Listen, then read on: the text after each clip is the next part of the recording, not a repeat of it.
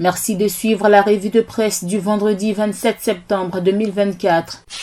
Société, lutte contre le travail des enfants pour un avenir meilleur. L'intelligent écrit que Dominique Ouattara s'engage à mener le combat jusqu'au bout. La première dame, Madame Dominique Ouattara, a parrainé la cérémonie marquant la célébration officielle de la 23e édition de la Journée mondiale contre le travail des enfants, JMTE, le jeudi 26 septembre 2024 à l'espace Latry Event des Deux Plateaux. Cette 23e journée de la JMTE, initiée depuis 2022 par l'Organisation internationale du travail OIT, a été placée sous le thème « Respectons nos engagements, mettons fin au travail des enfants ». Présidente du Comité national de lutte contre la traite, l'exploitation et le travail des enfants CNS, la première dame a profité de cette célébration pour réaffirmer son engagement à œuvrer pour le bien-être des enfants et la défense de leurs droits. Toujours dans la lutte contre le travail des enfants, Soir Info informe que plusieurs établissements sont livrés pour 750 écoles. Du côté du patriote CSEC, Akaouele, aux côtés des commerçants du marché des vivriers d'Adjamé. Et puis, aujourd'hui,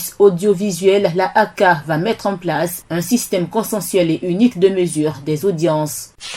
En économie, le patriote revient sur la session ordinaire du Conseil des ministres statuaires de l'UEMOA. Adama Coulibaly rassure sur les perspectives de l'Union. Lutte contre le blanchissement de capitaux et le financement du terrorisme, d'importants acquis enregistrés par la Côte d'Ivoire, raconte l'Inter. Le groupe intergouvernemental d'action contre le blanchissement d'argent a ouvert le 25 septembre 2024 à Sinotel d'Abidjan Plateau un séminaire national de sensibilisation sur la lutte contre le blanchissement d'argent et le financement du terrorisme. Ce séminaire initié au profit des organisations du secteur privé et du milieu des affaires s'est achevé le jeudi 26 septembre 2024. Il a réuni une trentaine de participants. Lors de la cérémonie d'ouverture, le général Idrissa Touré, représentant le ministre ivoirien des Finances et du Budget Adama Coulibaly, a expliqué l'objectif de ce séminaire. D'importants progrès ont été réalisés avec l'appui de toutes les parties prenantes,